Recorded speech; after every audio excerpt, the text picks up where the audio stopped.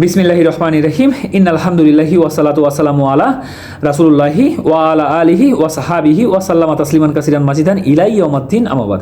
আসসালামু আলাইকুম ওয়া রাহমাতুল্লাহি ওয়া বারাকাতুহু। আল্লাহ তাআলা সূরা বাকারার 186 নম্বর আয়াতে বলেছেন, আর যখন আমার বান্দাগণ তোমাকে আমার সম্পর্কে জিজ্ঞাসা করবে, আর যখন আমার বান্দাগণ তোমাকে আমার সম্পর্কে জিজ্ঞাসা করবে, আমি তো নিশ্চয়ই নিকটবর্তী। আমি আহ্বানকারী ডাকে সাড়া দেই যখন সে আমাকে ডাকে। সুতরাং তারা যেন আমার ডাকে সাড়া দেয় এবং আমার প্রতি ঈমান আনে। আশা করা যায় তারা সঠিক পথে চলবে। আল্লাহ তাআলা এখানে কি বলতেছে যে তোমাকে যখন আমার সম্পর্কে জিজ্ঞাসা করবে আমার বান্দা, তখন অবশ্যই আমি নিকটবর্তী তাদের।